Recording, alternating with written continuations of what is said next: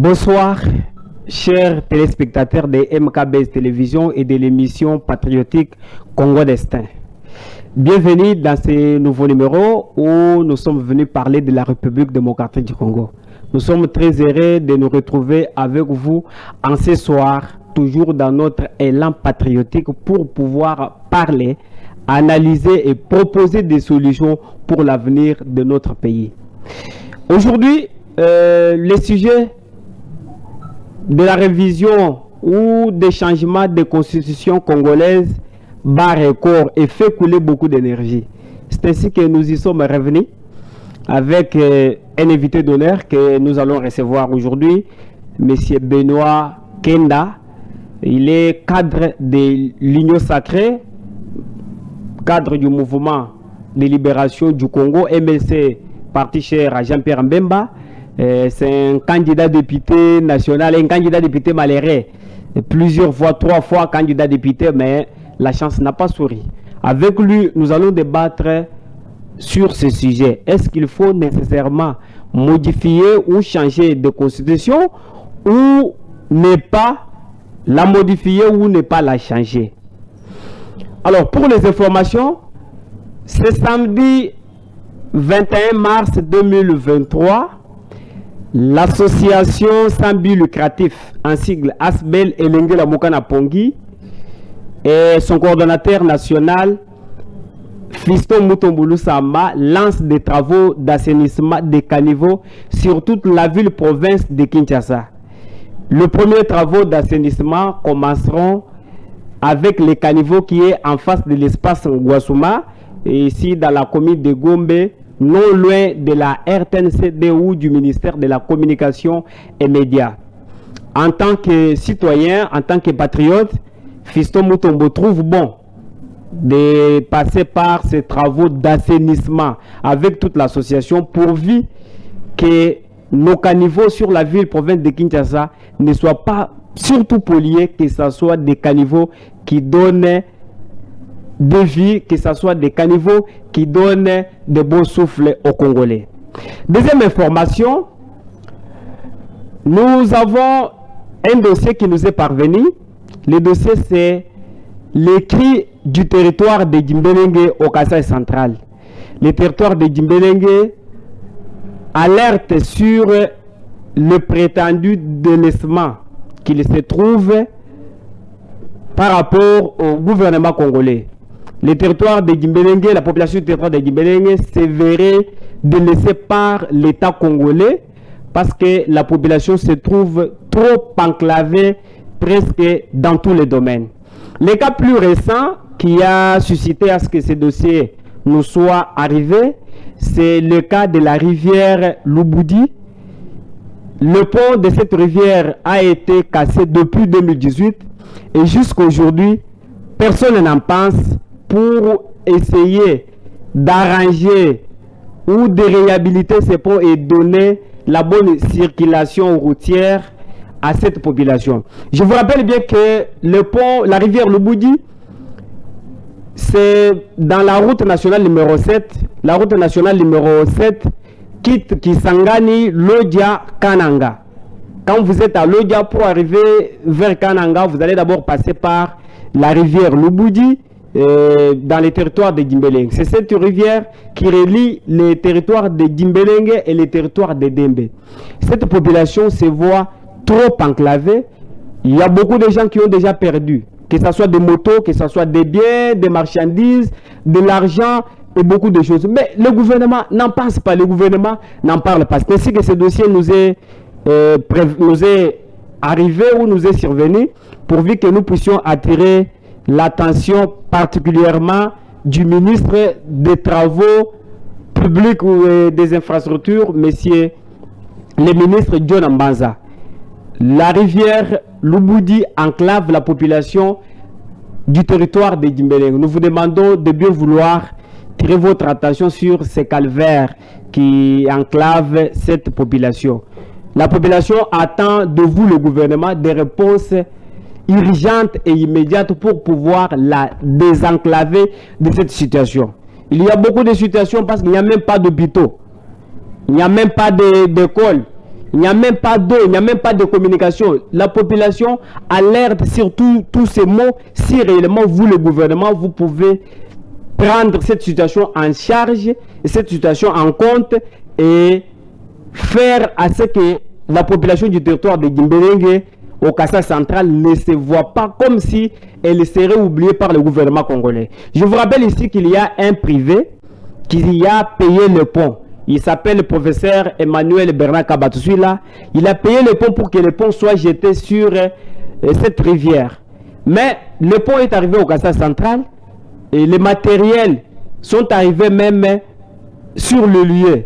Mais la mise de ce pont sur la rivière a été bloquée parce qu'il aurait, avant même que le pont n'arrive, il aurait demandé le soutien du gouvernement provincial du Kassa central pourvu que ce pont soit pris en charge par le gouvernement provincial et puis qu'il soit posé. Parce que la population a attendu, ça fait un grand temps, et que ce soit le gouvernement provincial, que ce soit le gouvernement central, personne n'en pensait. Alors, si vous pouvez voir, monsieur le ministre des Infrastructures et des Travaux Publics, de pouvoir dire un mot sur ces ponts et que la population soit désenclavée de cette situation.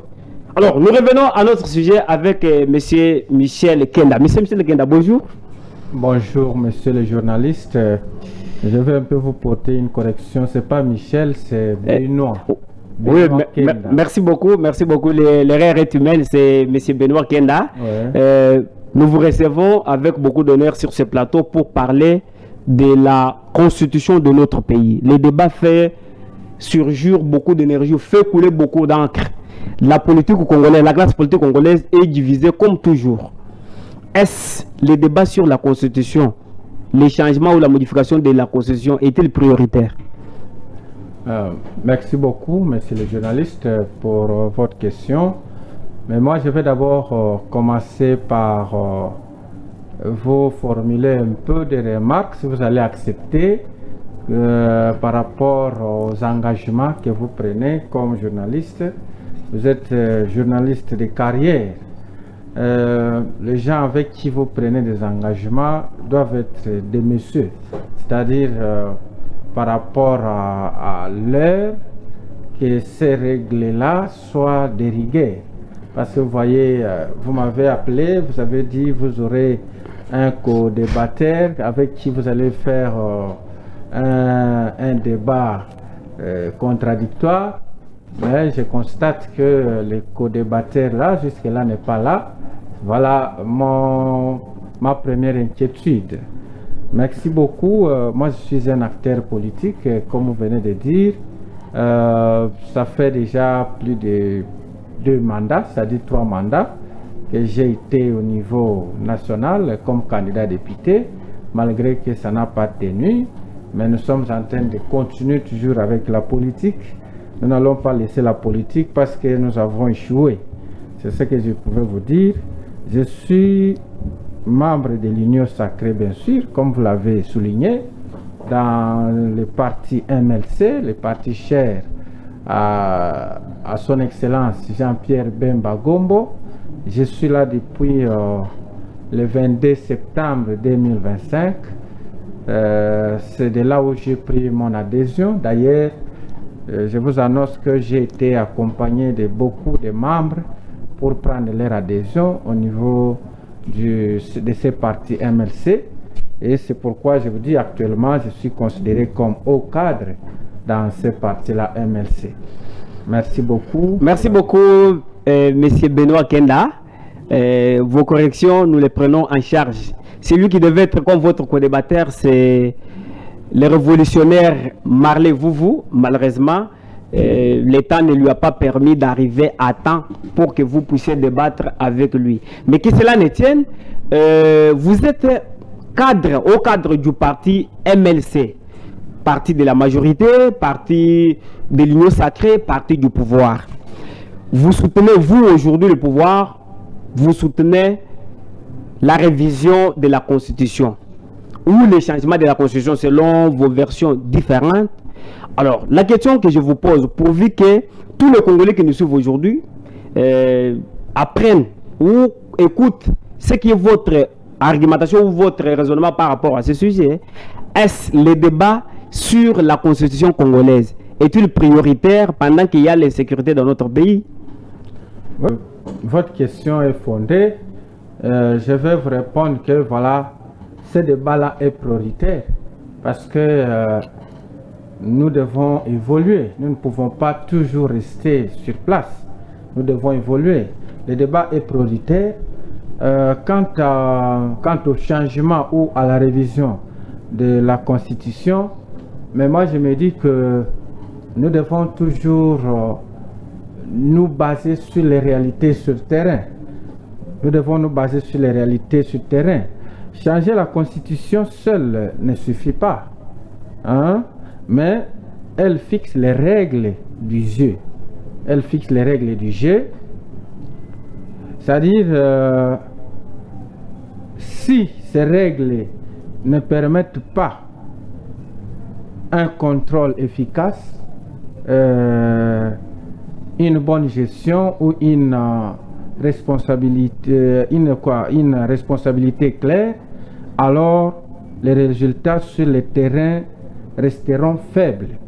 Alors, la révision vise justement à améliorer l'efficacité de l'État. C'est ce que nous devons comprendre. Et si nous allons un peu plus loin, vous allez comprendre que cette constitution que nous avons aujourd'hui, malgré les gens disent qu'on ne peut pas réviser, on ne peut pas changer, mais est-ce que nous allons évoluer par rapport à une constitution que moi j'ai toujours dit que ce n'était même pas rédigé par les Congolais d'origine. Cette constitution était taillée et imposée par des étrangers que vous n'oubliez pas. Alors, aujourd'hui, si les gens en font des débats, ils disent non, on ne peut pas réviser, non, on ne peut pas changer.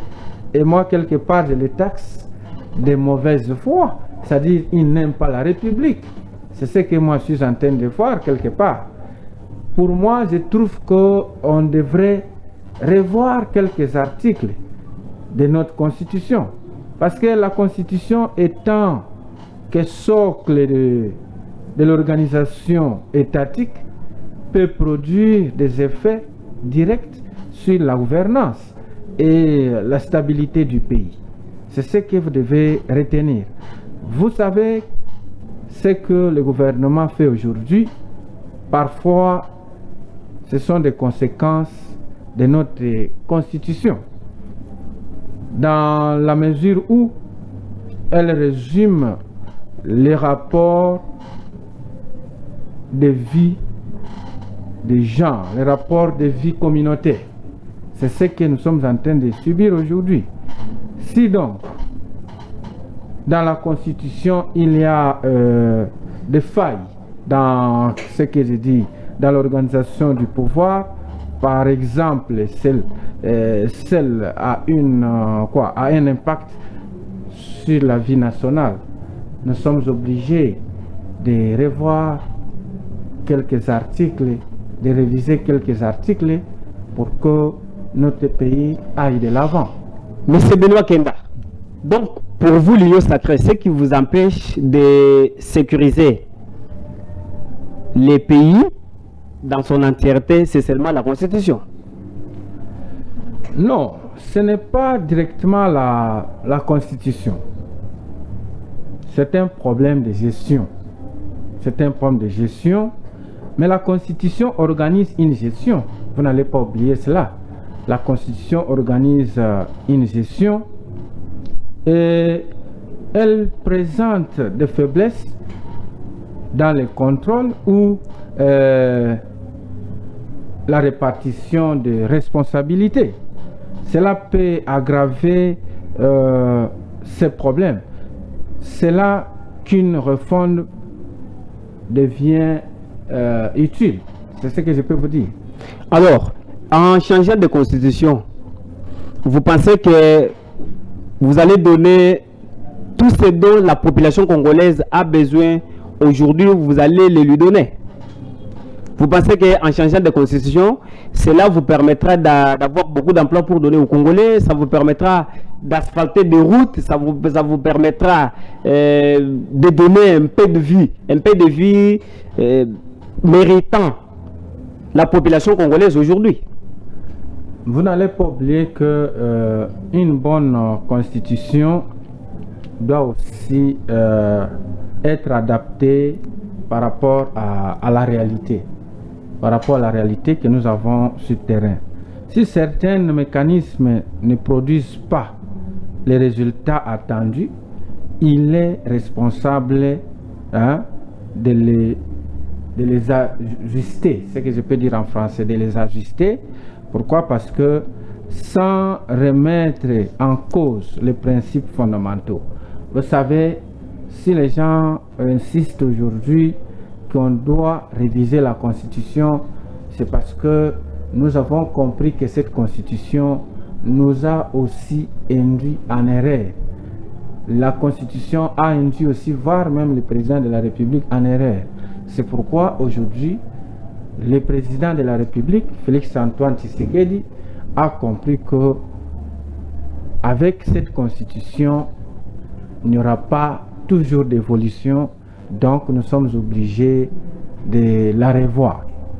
Donc la Constitution, même, je crois, vous avez été candidat plusieurs fois, je connais votre historique, vous avez soutenu Monsieur le Président Félix Tshisekedi en 2018 avec votre regroupement politique, ouais. Vous l'avez soutenu en 2023 et vous continuez à le soutenir aujourd'hui. Alors si réellement on change de constitution aujourd'hui, cela ne serait pas, vous l'Union sacrée, ce ne serait pas une occasion de donner au président Tshisekedi la possibilité de pouvoir avoir un troisième mandat ou justement pour vous, de l'Union sacrée, tout ce qui est écrit dans la constitution aujourd'hui ne peut pas résoudre les problèmes que nous avons.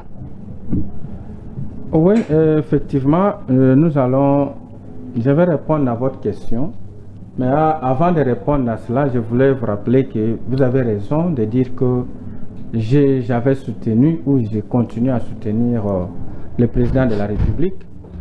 Ça, c'est sûr que depuis 2018, dès qu'ils sont revenus de Genève, nous étions le troisième regroupement politique qui avait soutenu le président de la République, Félix-Antoine Tshisekedi.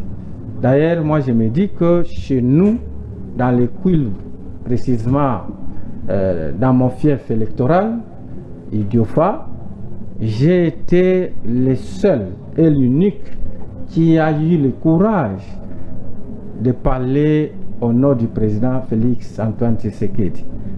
J'avais eu tous ces risques-là. Vous avez pris tous ces risques-là. Pourquoi? Parce que vous savez, à l'époque-là, vous connaissez les candidats que les gens avaient cru que c'était lui, alors que la réalité était autre. Alors, par rapport... Donc, depuis 2018 jusqu'à aujourd'hui, vous ne vous êtes même pas rencontré, quel que soit vos soutiens jusqu'à aujourd'hui, parce que votre façon de dire des choses, votre façon d'exprimer le soutien à l'honneur ou à la personne de Félix-Antoine Tshisekedi Tshilombo, le président de la République, ça signifierait que vous êtes loyal, mais jamais vous avez été appelé pour avoir un poste ou être quelque part, mais vous continuez toujours à le soutenir. C'est ça, l'engagement citoyen. Oui, ça, c'est ce que vous dites là, c'est un engagement vraiment purement citoyen. Je n'ai jamais été reçu par le président de la République depuis qu'il a été élu. Mais au moins avant ou pendant la campagne, j'ai été reçu dans le canal de mon autorité morale, le papa Bokassa Djema, paix à son âme, il nous a quittés depuis l'année passée. C'est lui qui m'a mené partout où il partait, parce qu'il avait un problème de l'âge aussi, et il voulait assez qu'il soit toujours accompagné d'un jeune du parti. Alors à l'époque, moi j'étais encore le plus jeune de notre parti. J'avais eu cette chance-là d'accompagner ce papa. dans des différents bureaux. Et nous sommes allés même jusque chez le président, là où il habitait, avant qu'il ne soit élu président. Et d'ailleurs, il m'avait même salué à la main. J'ai même cette photo-là chez moi à la maison, là où il m'avait encouragé, soi-disant, la vie appartient aux courageux. Alors, depuis ce temps-là, et je vous dirais que le président ne m'a jamais reçu.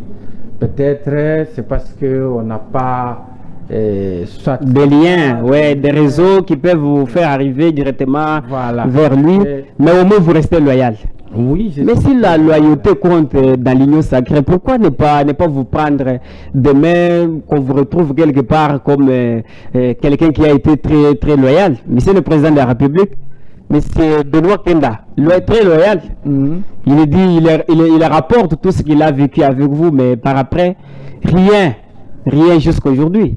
Alors que la loyauté compte dans l'union sacrée. Alors, revenons dans le sujet. Ça, c'était juste un passage. Le président, c'est quelqu'un qui voit, c'est un entraîneur. Il sait que on peut placer celui-ci à un tel moment et puis il peut jouer comme ça, il peut marquer ainsi de suite. Alors, c'est peut-être depuis 2018, quand vous êtes rencontrés, vous avez fait disparition, vous n'avez pas apparu et que le président ne s'est pas souvenu de vous, raison pour laquelle vous avez été oublié. Et maintenant que vous êtes revenu sur la scène politique dans MLC, et je crois que peut-être le président pourra vous voir, ou pourra vous reconnaître, pourra vous revoir pour la deuxième fois. Alors, les débats sur la constitution congolaise, vous voyez, ces débats divisent le pays. L'opposition ne soutient pas la révision, qu'elle soit la révision ou les changements de constitution, non. Alors, dans notre pays, je crois que la constitution que nous avons, c'est la meilleure des constitutions. On ne peut pas la changer. Avant de revenir sur ce que vous venez de dire là, la constitution, l'opposition n'aime pas la révision ou les changements. Je reviens un peu sur une autre question que vous m'avez posée, peut-être vous l'avez oublié. Vous m'avez parlé du maintien du pouvoir, du maintien du président au pouvoir. Oui, j'ai posé ma question, je peux même vous rappeler, j'ai dit, est-ce que l'union sacrée ne revoit pas ou ne change pas de constitution congolaise justement pour donner un troisième mandat au président Félix Tshisekedi? C'est pas ça l'objectif. Ok, la question n'est pas une question de personne. Ok, la question n'est pas une question de personne, mais des systèmes. Nous parlons ici de renforcer l'État pour qu'il serve mieux les citoyens. Le débat doit rester au niveau des idées et pas des intentions. C'est-à-dire, si nous pensons à ce que vous dites là, ou ce que d'autres pensent, ce qu'ils disent, c'est-à-dire nous sommes en train de tourner sur place. Notre débat doit changer, doit évoluer. Nous devons cette fois-ci faire le débat des idées et non des intentions. S'éternir ou rester au pouvoir, moi je me dis non, le problème c'est le système. Si aujourd'hui nous trouvons que on a modifié quelques articles de la Constitution et que ça permet que le président qui est en place continue, moi je ne vois pas là où il y a le mal. Je ne vois pas. Si le peuple se retrouve, si la vie sociale est réglée, donc tout ce que la population a besoin, c'est fait normalement, se réalise normalement. Et que si lui, le président, c'est lui qui est président, il continue. Où est le mal? Mais ici, nous ne parlons pas d'abord de la continuité. Ici, nous parlons de la révision des articles qui font que, des fois, nous sommes un peu bloqués par rapport à cela. Mais quant au troisième mandat, nous ne voyons pas d'abord ce troisième mandat-là.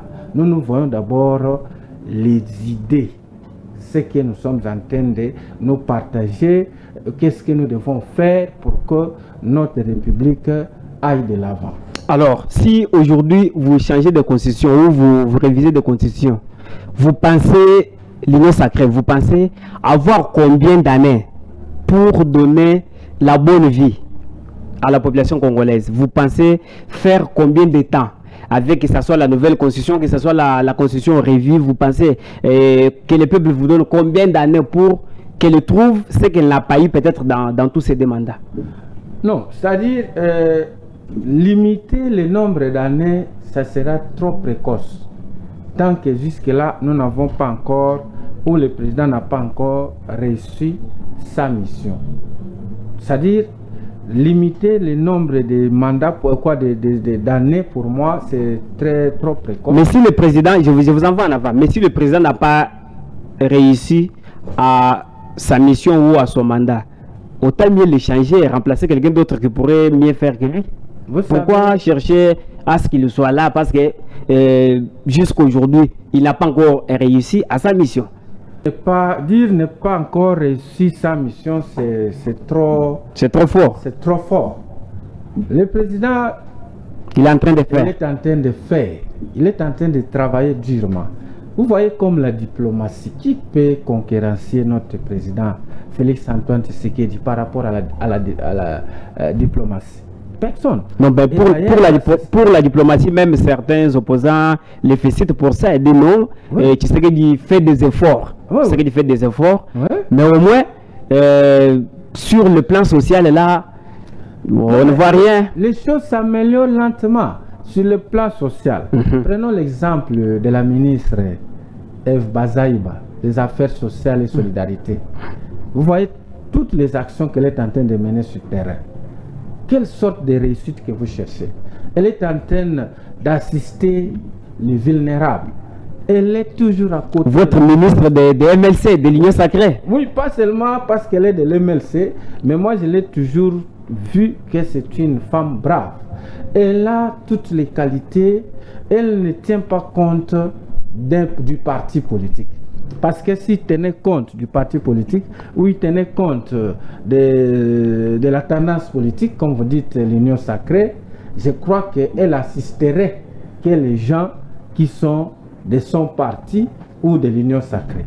Mais tous ces drames qui se produisent au Congo, ça n'arrive pas qu'aux gens de l'opposition. Ça arrive même aux gens de la majorité, même aux gens de l'opposition. Maintenant, lui, elle est là, toujours à leur côté. Ça, c'est du point de vue social. Donc, l'amélioration que les gens sont en train de chercher, oui, bien sûr, ça ne va pas s'améliorer en un rien du temps. Vous n'oubliez pas que nous sommes en guerre. Le pays est en guerre. Donc, il y a des efforts que le président est en train de faire d'abord pour que cette guerre prenne fin. C'est ça. Les gens ne peuvent pas oublier tous ces efforts que le président est en train de faire. Il est en train de travailler. Voire même, il y a un ami qui m'a posé la question, est-ce que vous pensez que si ici à Kinshasa, les routes n'évoluent pas, les gens ne mangent pas bien, parce que c'est la Constitution qui bloque? Je lui ai dit non, attention. Si tu parles par exemple de l'évolution des routes, là vous êtes à côté, soit vous êtes animé d'une mauvaise foi comme je l'ai dit. Je vous rassure que dans une année, nous les gens vont acclamer, les gens vont rire. Les routes qui sont en train de se faire, c'est le nom du président. Là, vous dites que les Congolais aiment seulement du surplace, aiment seulement de la rapidité. Si ça tarde là, ça devient un problème. Oui, parce que prenons ces routes qu'on est en train de bétonner là. C'est dans toute l'étendue de Kinshasa. Je suis en train de voir tous les acteurs principaux de Kinshasa sont en train d'être asphaltés, en train d'être bétonnés. Mon frère, mais je suis en train d'appeler ça qu'il est en train de nous laisser, il va nous laisser un monument. Personne d'autre ne va contredire cela. Maintenant, ils sont en train de souffrir d'abord parce que, bon, c'est encore un chantier. Mais je vous dis que dans une année, les gens ne vont plus parler des routes à Kinshasa. Donc, vous donnez l'espoir aux Congolais d'attendre dans une année, il n'y aura pas tous ces problèmes de route, il n'y aura pas tous ces problèmes d'embouteillage? Bien sûr que oui. D'ailleurs, je vais plus loin. Il n'y aura plus de cette insalubrité que les gens sont en train de crier à tout moment. Parce que si toutes les routes finissent et que les gens, il n'y a plus d'embouteillage et tout ça, la ville deviendra plus propre qu'avant. On doit quand même féliciter mon frère ami, mon cher ami. On doit quand même aussi, je sais que oui, l'opposition existe, parce que sans opposition aussi, la majorité au pouvoir ne va pas. Leurs critiques sont fondées, c'est normal, c'est l'opposition. Mais quelque part, ils savent que Félix-Antoine Tshisekedi est en train de travailler. Il travaille pour nous laisser juste des monuments ici au Congo. C'est ce que moi je peux dire. Et maintenant, pourquoi Félix Tshisekedi ne peut pas faire à ce que, même s'il révisait la Constitution, mais en 2028, quand même, il organise les élections et il fait passer quelqu'un d'autre qui n'est pas lui. Quelqu'un d'autre passe, il devient président de la République et ça s'appelle l'alternance pacifique dont le peuple congolais attend aujourd'hui. L'alternance a eu lieu pour toute la première fois en 2019 et en 2028. Des gens attendent que cette alternance se reproduise, que l'événement qui s'est passé en 2019, cet événement-là se fasse encore voir en 2028 comme ça. Et les Congolais pourront quand même se faire de la joie et dire que non, le pays est en train d'évoluer parce que depuis longtemps, dans notre pays, ça ne se faisait pas, il n'y avait pas d'alternance. Pourquoi vous ne pouvez pas modifier la constitution, mais en 2028, organiser des élections et puis laisser le pouvoir à quelqu'un d'autre?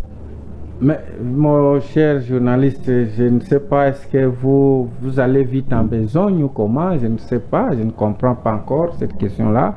Est-ce que vous pensez que si nous abordons la question des élections, c'est-à-dire il y aura des élections ou pas? Je ne pense pas.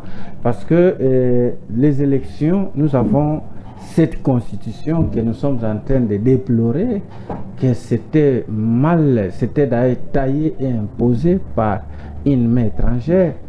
Alors, si nous devons suivre ce que cette constitution dit, c'est pour cela que nous n'évoluons pas. C'est pourquoi que beaucoup de choses sont bloquées. Nous sommes en train de dire que parler des élections à 2028, c'est bien bon, mais nous n'avons pas aussi dit que le président ne va pas organiser des élections. Jusque-là, le président ne s'est pas prononcé là-dessus. Personne ne peut en parler aujourd'hui que non, voilà, il veut changer la constitution parce qu'il veut glisser. Non. Ceux qui ont été d'abord au pouvoir, ceux qui ont été ses prédécesseurs, je me pose toujours la question, cette constitution a été rédigée par eux. L'avions-ils? Est-ce qu'ils avaient réussi à mettre en pratique tout ce qui était dans leur constitution? Elle a été même révisée en 2011. Voilà. Est-ce qu'ils avaient réussi? Moi, j'ai dit non. Ils n'avaient pas réussi. S'ils avaient réussi, je crois que la population pouvait même leur demander de continuer. Si la population était descendue sur la rue, c'est parce qu'eux-mêmes, avec cette constitution, ils n'ont pas réussi ce qu'eux-mêmes ont écrit. Ce qu'eux-mêmes ont rédigé dans la Constitution. Ils n'ont pas réussi. Alors, comment voulez-vous aujourd'hui, le propriétaire de la Constitution n'a pas réussi, mais maintenant vous venez prendre toute cette charge-là, vous mettez ça sur les dos du président. Là, vous me rappelez les propos de Etienne Tshisekedi, de mémoire, le docteur Etienne Tshisekedi qui disait une fois il dépasse au pouvoir, on va écrire Constitution parce que on doit rejeter cette constitution parce qu'elle n'est pas respectée. Personne ne la respecte, tout ça. C'est ce que vous voulez rappeler aux Congolais. Bien sûr que oui. Alors, maintenant, est-ce que vous pouvez prendre l'exemple de Joseph Kabila? Il revoit la constitution en 2011, mais en 2018 quand même il organise les élections et on passe à l'alternance, il laisse le pouvoir. Vous pouvez prendre aussi cet exemple? L'exemple, nous allons prendre comment? Parce que lui-même, quand il a révisé la constitution en 2011, est-ce qu'il avait respecté les restes des mandats? J'ai dit non. Parce que normalement, c'était qu'il organise les élections en 2016. C'était ça. Je ne pense pas que vous oubliez cela. Mais les élections n'étaient pas organisées en 2016. Mais comme il y avait la guerre, mais c'est comme il y avait la guerre, il avait demandé que vous lui donniez un peu de temps pour qu'il organise les élections, parce que vous savez que les élections c'est de l'argent. C'est que l'État n'avait pas d'argent qu'il vous aurait demandé ou qu'il aurait demandé qu'il ait ce petit temps-là, de ce bout de temps de pouvoir organiser les élections. C'est ça ce qui s'est passé. Mais c'est pratiquement les mêmes cas qui nous arrivent, parce que nous maintenant nous sommes en train de voir comment nos frères et sœurs sont en train d'être tués à l'est de la République.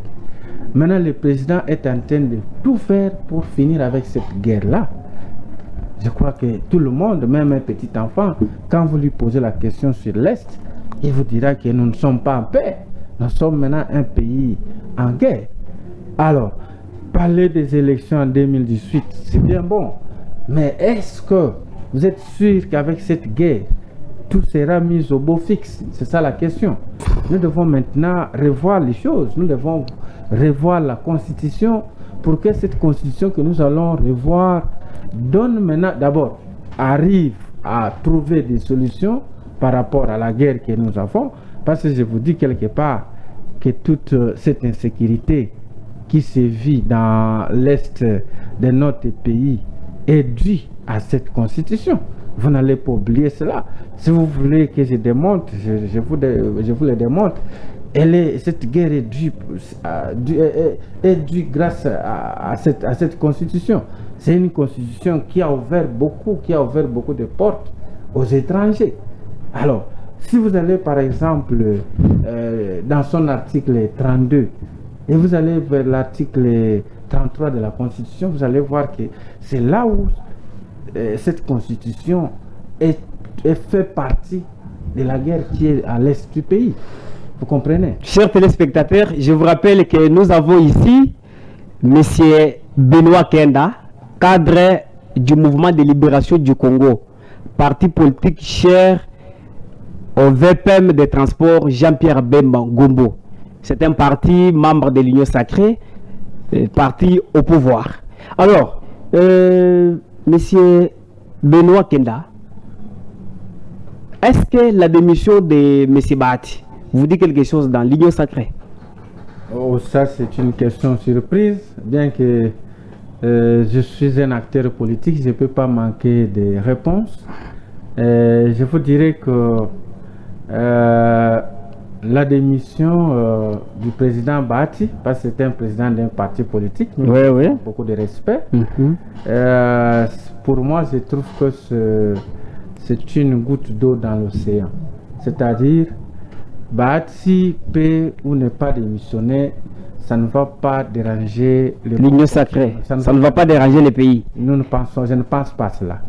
Parce que oui, c'est vrai, c'est un poids lourd du pays, mais au moins sa démission, et lui-même a jugé bon démissionner, parce que je l'ai suivi, il a fait une interview quelque part pour dire, nous quand nous sommes élus, quand on nous donne un poste, nous ne pouvons pas croire qu'on doit demeurer dans ce poste-là jusqu'à la fin. Nous voyons aussi des démissions si vous sentez que ça ne marche pas. Il va faire aussi comme le pacificateur Vital Kamerhe. Oui, il a fait comme Kamerhe. Ouais, éjecté de sa chaise, mais il continue à demeurer toujours loyal. Il est loyal. Alors. Il lui-même, le président Bahati, l'a dit. Il a dit, malgré ma démission, ça ne signifie pas que je ne suis plus de l'Union sacrée. Je fais partie de l'Union sacrée, je suis loyal à l'égard du président de la République. C'était ça son intervention. Et maintenant, si quelqu'un d'autre, par exemple, comme il a fait là, si quelqu'un d'autre le faisait et qu'il va dans l'autre camp, qu'est-ce que l'Union sacrée dirait?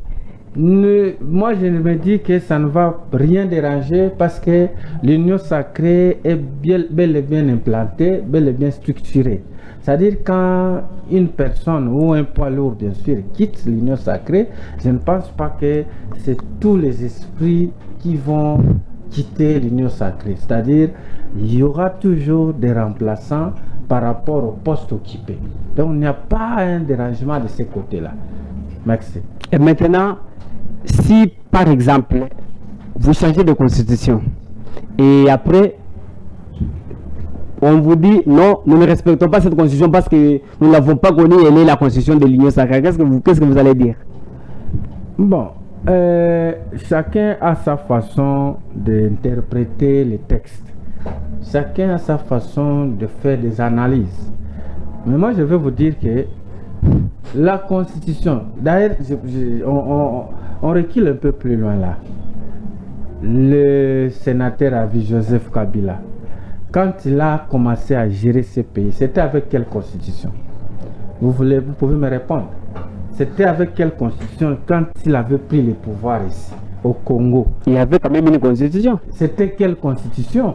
La constitution qui a été écrite par, sous le mandat de Mouzé. Voilà, il avait trouvé une constitution, n'est-ce pas? Oui.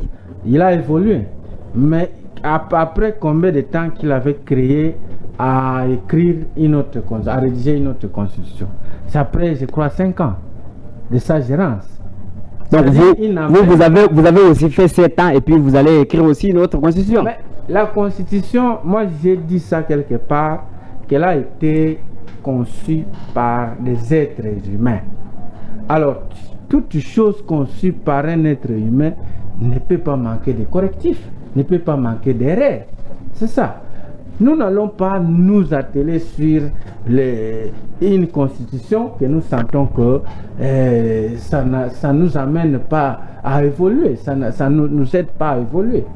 Nous allons faire ce que nous voyons que voilà, si on retient ceci, voilà, le journaliste aura son moyen de déplacement facilement, il aura à manger sans problème. Mais que de demeurer dans une constitution qui ne nous fait pas avancer, c'est ça le problème. Merci beaucoup, monsieur Michel Kenda. Merci, monsieur Benoît Kenda. Oui. Permettez-moi, les noms est sacré. Il ne faut pas qu'on touche au nom ou qu'on change au nom. Le nom est sacré. Oui. Alors, vous êtes resté loyal envers le président de la République depuis 2018 jusqu'à aujourd'hui. Est-ce que vous pouvez avoir un petit message à lui lancer même dans 1 minute ou 2 minutes? Oui, merci beaucoup. Moi, je ne fais pas beaucoup d'éloges, mais j'aime beaucoup plus du réalisme. Je n'aime pas être un démagogue. J'ai été à côté du président pendant les moments difficiles. C'est vrai qu'il ne pourrait plus reconnaître tout le monde qui était à ses côtés, mais je vais seulement demander au président de la République de pouvoir aller de l'avant, qu'il ne se laisse pas faire, qu'il ne se laisse pas intimider. Nous, la population, nous sommes derrière lui. Nous sommes en train toujours de travailler pour sa réussite. C'est pourquoi je lui dis, s'il pourrait aussi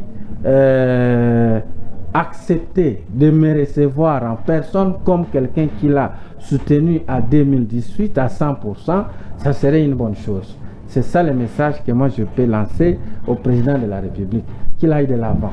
Merci. Merci beaucoup. Et maintenant pour le PPM Jean-Pierre Mbemba, qu'est-ce que vous lui dites? C'est aujourd'hui, depuis que vous êtes dans son parti, c'est aujourd'hui la première fois que vous passez à une chaîne de télévision. Quel est le message que vous passez? Vous êtes habitué des chaînes de télévision, mais aujourd'hui quand même c'est la première fois que vous arrivez dans l'émission Congo Destin, l'émission patriotique où on parle de la République démocratique, de l'avenir de notre pays. Alors, quel message vous donnez au Jean-Pierre, au VPM Jean-Pierre Mbemba? Oui, à notre président national du parti, je l'aime d'abord beaucoup par rapport à sa posture. Vous voyez, ils ont été à Genève, ils étaient nombreux là-bas. Mais quand ils sont revenus ici, après les élections, après l'échec, il a compris qu'il devrait soutenir un Congolais d'origine. C'est pourquoi il est là à côté du président de la République. Moi, je ne veux que lui d'abord lui remercier par rapport à son engagement et lui demander de rester toujours loyal à côté du président de la République, de pouvoir faire avancer les choses. Quelque part, j'avais fait une émission là, je l'appelle toujours jumeau du président. Vous allez voir que s'ils sont les deux sur place, vous verrez comme s'ils sont nés d'une même mère. Donc, c'est un Congolais d'origine, notre président, son Excellence, Monsieur le ministre Jean-Pierre Bemba Gombo. Il est beaucoup plus engagé pour l'avancement de ces pays. Je vais lui demander seulement d'être toujours à côté du président, d'aider le président à réussir toute proposition, tout projet qu'ils sont en train d'organiser pour l'avancement de notre pays. Merci beaucoup, M. Benoît Kenda. Et maintenant au ministre F. Bazaïba, qu'est-ce que vous dites? Oui, pour la maman, je l'appelle toujours maman. D'ailleurs, je suis en train de préparer une descente sur terrain dans mon fief électoral. Je vais juste sensibiliser, voir là où il y a eu des dégâts matériels ou humains, parce que chez nous, dans les Kwilu, précisément à Idiofa. Il y a eu aussi de fortes pluies là-bas. Et je suis en train de m'organiser. Et tout ça, vous le faites vous-même. Pourquoi Jabdon Bem ne vous soutient pas? Pourquoi El Bazé ne vous soutient pas? Non, tout ça, vous le faites seulement vous-même. Pourquoi pas même le président de la République ne peut pas vous soutenir? Non, il y a un problème de message. Vous voyez, les autorités ou les institutions de notre pays doivent être respectées. Donc c'est nous qui allons les respecter. Je ne pense pas qu'un ministre comme Maman, la ministre comme Maman Eve Bassaïba, elle est Dieu pour connaître tous les problèmes qui se passent à travers toute l'étendue de la République. Il faut qu'elle soit informée. Elle doit être informée. Mais la raison pour laquelle il doit aussi vous soutenir, parce que ce travail-là, vous allez l'informer et elle aura du travail à faire. Okay. Il faut qu'elle vous soutienne aussi. Okay, Monsieur Benoît Kenda, merci beaucoup. Merci beaucoup de nous avoir fait plaisir, d'avoir accepté notre invitation. Merci beaucoup à vous, chers téléspectateurs, pour nous avoir suivis. Cette émission, vous la trouverez sur notre YouTube. Si vous cliquez, vous allez sur YouTube, vous cliquez Congo Destin TV, vous allez trouver cette émission. Sur Facebook, sur TikTok, sur Instagram, la même chose. Nous vous remercions de votre sympathie, attention, de nous avoir suivis durant toute cette production. Nous remercions aussi l'ingénieur Fidèle Abed, lui qui nous aide souvent. Sans lui, nous ne pouvons pas nous tenir au devant de vous pour parler de la problématique du Congo. Je salue aussi Tatana Bana Marcel Kanyinda, je salue prêtre Jérémy Moutoumossi et sa Béatrice Balassi. Je salue aussi prêtre Blaise Zibou. Je vois aussi prêtre Charles Kaloumé. Je les salue. Je vous aime bien. Je vous aime bien. Et on se revoit le lundi à 15 h juste sur le même plateau avec la même allure et de mêmes invités. Merci beaucoup. Au revoir.